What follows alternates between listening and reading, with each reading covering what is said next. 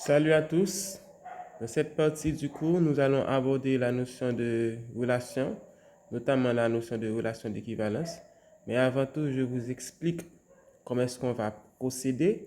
Alors, comme je ne suis pas en présentiel, voilà les directives. Je crois avoir formé 5 groupes dont les chefs de groupe. En fait, en attendant, j'ai pris 5 personnes comme chefs de groupe, mais ces personnes-là ne sont pas forcément définitives. Et déjà, si une des personnes n'est pas présente, si l'une des personnes n'est pas présente, on pourra la remplacer par n'importe quel élève de la classe. Donc, ceci pour dire que même si en attendant, j'ai commencé avec comme chef de groupe avec Bastien, Père Juste et Bien-Aimé, et Calixte et Brutus, mais n'importe quel élève de la classe pourrait être chef de groupe. Donc, préparez-vous. Désormais, c'est ainsi que je vais faire le cours. Je vous envoie des petites vidéos. Vous allez visionner les vidéos. Je vous laisserai des exercices. Vous aurez le droit d'utiliser vos téléphones, mais seulement à la fin du cours pour passer un test en ligne que vos chefs de groupe vont vous donner. Et ceci étant dit, tout le monde devra pouvoir faire un test en ligne, ce qu'on appelle les Google formulaires. Et donc, allons-y. Dans cette partie du cours, comme je l'avais dit, nous allons parler de la relation, des relations, notamment une relation spéciale, bon, 2 relations spéciales qu'on va appeler relation d'équivalence et relation d'ordre. En attendant, un petit rappel, précédemment, on avait défini la notion de produit cartésien de 2 ensembles. Maintenant, on avait considéré un produit cartésien où ces 2 ensembles sont en réalité le même. Et on a défini également ce qu'on appelle une relation binaire sur un ensemble. Alors, une relation binaire sur un ensemble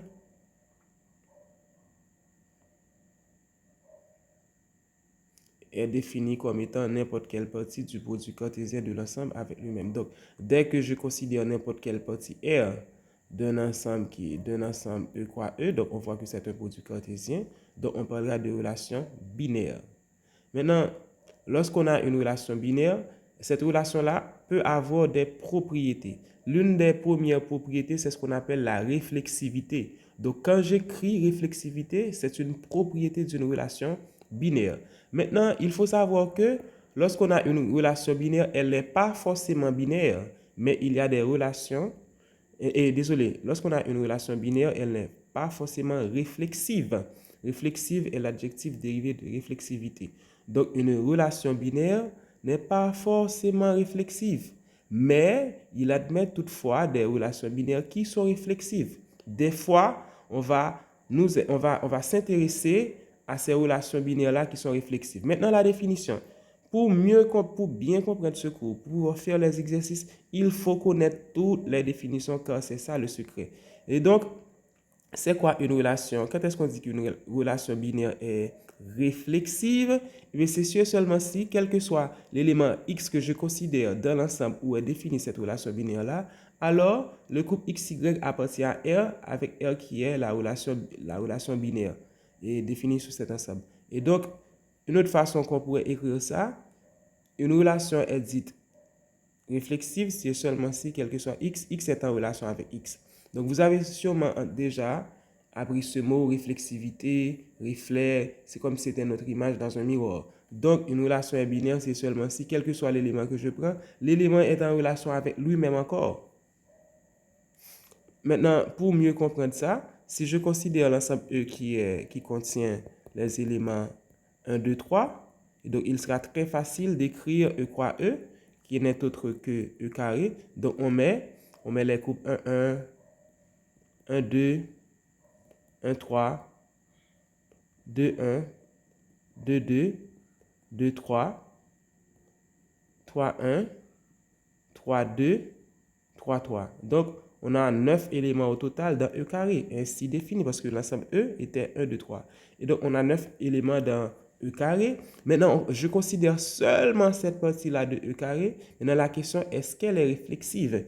Eh bien, pour qu'elle soit réflexive, on va vérifier si elle vérifie la définition de la réflexivité. La réflexivité dit quoi? Eh bien, chaque fois que je prends, quel que soit l'élément X que je considère, X doit être en relation avec X. Ce qui est encore équivalent à dire que le couple XX doit être dans l'ensemble R, quel que soit X. Et mais qu'est-ce que je fais? à chaque fois que je vois un X dans l'ensemble R, je vérifie si le couple formé uniquement de cet élément X est dans l'ensemble. Par exemple, dans l'ensemble R ici, je ne vois que 1 et 2. Donc, à chaque fois, je vais vérifier si les couples 1 et 2 sont là. Et comme ils sont tous là, et donc, cette relation, elle est réflexive, car quel que soit l'élément que je considère dans R, son couple est toujours pas forcément ça, quel que soit l'élément X que je prends ici, qui est dans E, je vois que son couple est dans R. Maintenant, je donne un autre exemple. Supposons par exemple que j'ai toujours et j'ai l'ensemble E, l'ensemble de référence qui contient. En fait, ici, on utilise tout le temps la lettre E pour désigner notre ensemble, mais l'ensemble qui va vraiment nous intéresser, c'est l'ensemble des réels qui est noté comme ça. À ne pas confondre le R qui est ici avec notre R ici. Mais ce R là, c'est l'ensemble des réels. Ce R là est désigné pour la relation.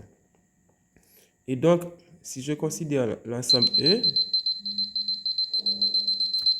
qui contient les éléments 1, 2, 3, 4, maintenant je vous donne un ensemble G qui contient 1, 2, 2, 2, 2, 3. Vous allez bien voir que cet élément G est inclus dans E carré. Car les éléments qui forment ces couples sont des éléments de E. Donc, il est inclus dans E carré. Ça, il n'y a pas de problème. Maintenant, la question qui se pose, G est-elle réflexive? Eh bien, n'oubliez pas la définition. G est réflexive. On rappelle la définition en général. En mathématiques, chaque fois on nous pose une question comme ça, on débute par rappeler la définition de la notion. Eh bien, par exemple, pour faire la solution, qu'est-ce qu'on fait? On fait un petit rappel de la définition. Que dit la définition de la réflexivité? Eh bien, on dira que G sera réflexive. On ne sait pas encore. Donc, c'est pour cette raison qu'on a dit qu'elle sera réflexive. Réflexive, c'est seulement si, quel que soit l'élément X que je considère dans l'ensemble E,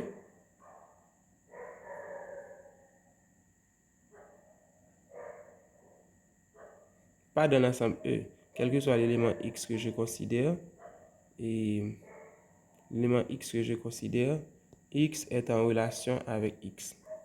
Maintenant, je vais vérifier les X qui apparaissent dans G. Quels sont les X qui apparaissent dans G? On a 1, 2, 3. Eh bien, on va vérifier, en fait, cette propriété-là est équivalente à dire que le couple XX appartient à R. Donc, on va vérifier si les couples 1, 1, 2, 2 et 3, 3 sont dans l'ensemble G. Bon, ici, il ne fallait pas mettre. Bon, comme en général, on utilise R, mais ce serait mieux d'écrire X, GX. X est en relation avec X par rapport au graphe G. Et donc, on vérifie. Lorsqu'on vérifie si ces éléments-là sont dans G, on voit que 2, 2 est dans G, mais les autres ne le sont pas. Et donc, pour cette raison-là, comme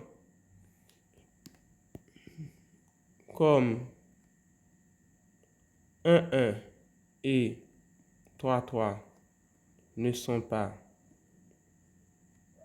dans G, donc G n'est pas une relation réflexive. C'est sûr qu'elle est une relation, mais elle n'est pas réflexive. Elle n'est pas une relation réflexive. Et donc, pour terminer, je vous laisse cet exercice-là. Je vous laisse un exercice parce qu'il y a écrit ici. Bon, quand je dis pour terminer, ce n'est pas pour terminer avec le cours, pour terminer avec cette partie-là, qui est la réflexivité. Je vous laisse avec cet exercice. Vous travaillez en groupe.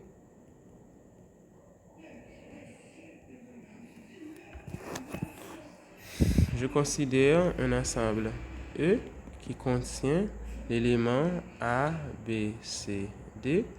Et je considère G ou bien R. En général, on utilise la lettre R comme c'est relation. On prend R. R, une relation binaire sur E, tel que R contient les éléments AB, BC, AA. La question est quoi? Toujours, R est-elle une relation réflexive? Sinon, complétez-la de façon à ce qu'elle devienne une relation réflexive. Complétez-la en une relation qui soit réflexive. Vous allez réfléchir, je suis sûr que vous allez trouver la réponse. Si vous avez des difficultés, vous pouvez tout de même m'écrire via WhatsApp.